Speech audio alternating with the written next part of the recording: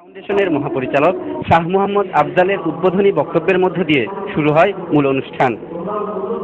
এরপর প্রধান অতিথির বক্তব্যে নৌপরিবহন মন্ত্রী শাহজাহান খান বলেন, বিশ্বের বিভিন্ন দেশের মুসলমানদের চেয়ে বাংলাদেশি মুসলমানরা আল্লাহ ও তার রাসূলের প্রতি বেশি অনুগত।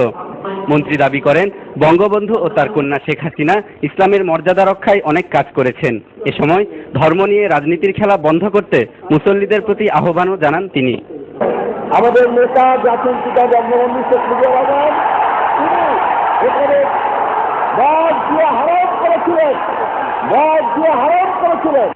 আমরা সেই মদ দিয়ে হারাম আমরা এই বাংলাদেশে করেছিলাম।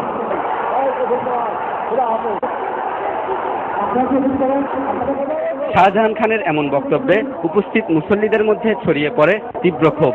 উত্তেজিত হয়ে তারা মন্ত্রীকে লক্ষ্য করে একের পর এক জুতা স্যান্ডেল নিক্ষেপ করতে থাকলে নৌমন্ত্রী মঞ্চ ছেড়ে দ্রুত বাইরে চলে যান।